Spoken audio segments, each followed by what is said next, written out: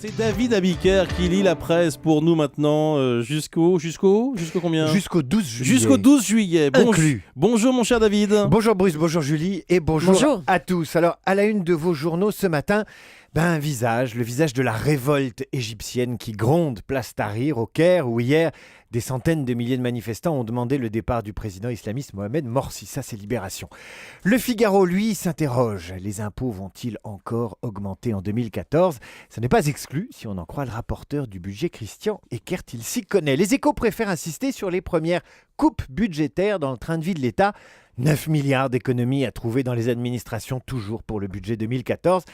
Pour le Parisien, aujourd'hui en France, l'actu du jour, c'est 2 arnaques. Première arnaque, les États-Unis qui écoutent leurs alliés européens sans leur dire.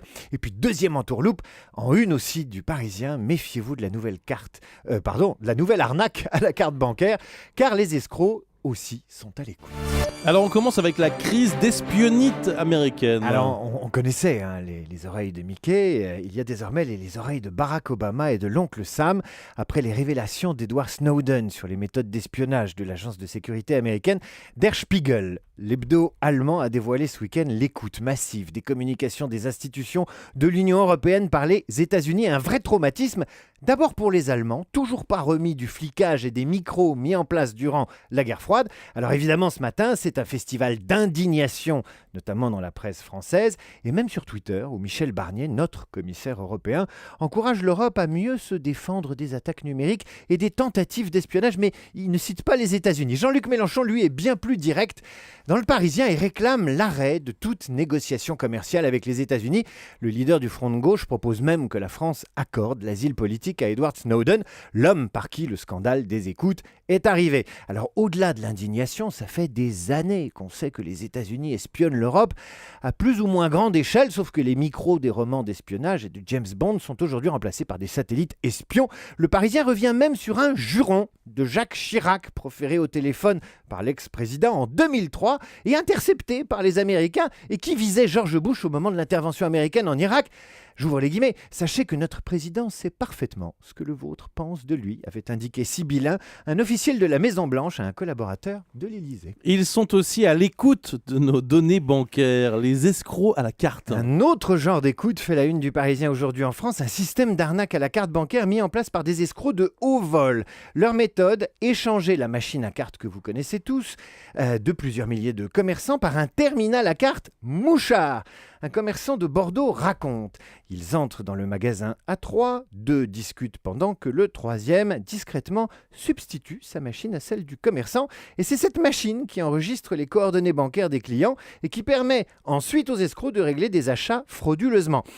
Et pour qu'en cette période de vacances, Bruce, vous vous teniez sur vos gardes, le Parisien fait l'inventaire des arnaques à la carte du moment. Vous avez le skimming. Le skimming. Le skimming, ça consiste à maquiller un distributeur de billets, à l'équiper d'un faux clavier et d'une caméra pour vous piquer vos codes et vos sous plus tard. Le phishing. Vous recevez un courriel soi-disant à l'entête de votre banque ou de votre opérateur téléphonique qui vous réclame vos coordonnées bancaires. Surtout, n'en faites rien. C'est une arnaque. Et puis, il y a le carding. C'est du trafic de données bancaires via Internet collectées par des logiciels espions quand vous réglez vos achats sur Internet. Voilà, vous êtes prévenus. La marque France Télécom disparaît. Elle disparaît. Interview dans Libération de Stéphane Richard, patron d'Orange. France Télécom, c'est fini. À compter d'aujourd'hui, c'est Orange partout pour le téléphone fixe, sur les factures, comme pour l'Internet et le mobile. C'est plus simple, explique Stéphane Richard. Ça diminue les frais de communication et tant pis pour les nostalgiques de France Télécom qui voyaient dans ce nom l'héritage du service public d'autrefois. Mais le patron d'Orange se veut rassurant. C'est pas parce qu'on s'appelle Orange qu'on brade les valeurs de France Télécom. Du reste, 99,6% des salariés d'Orange approuvent le changement de nom. Et quand Libération interpelle le PDG sur l'affaire Tapi, dans laquelle il est mis en examen pour escroquerie en bande organisée, le patron d'Orange répond « Ce que les actionnaires et les salariés attendent de moi, c'est que je fasse mon travail et pas des commentaires sur l'affaire Tapi. » Et il ajoute un peu plus loin « Je refuse de participer à la violation générale du secret de l'instruction. » C'est ce qui s'appelle être un peu aux abonnés absents. Le chiffre du jour, c'est un manque à gagner pour la Poste. Une info des Échos, 60 millions de recettes en moins pour la Poste. La faute à qui ? La faute à Canal+, qui renonce à diffuser son programme papier mensuel via le facteur. C'est 10 millions de courriers en moins pour la Poste et 0,6% de chiffre d'affaires en moins. Mais c'est bon pour les arbres et la planète. Que les abonnés à Canal se rassurent, désormais le programme arrivera via Internet. Qui veut la peau du principe de précaution? Ce principe de précaution qui paralyse la France, c'est à la une du journal L'Opinion. Plusieurs députés UMP veulent carrément le sortir de la Constitution, où Jacques Chirac, encore lui, l'avait inscrit en 2005. Que lui reproche-t-on à ce principe de précaution? Eh bien, il empêche la recherche, il ralentit le progrès et il bloque plus particulièrement l'expérimentation en France des gaz de schiste, interdite par la loi du 13 juillet 2011, mais auquel le lobby des industriels de la fracturation hydraulique ne renonce pas. Une société américaine se bat notamment pour l'abrogation de cette loi qui a stoppé net ses recherches dans le domaine. Elle la conteste devant le Conseil constitutionnel, un combat qui sème le trouble, y compris à gauche.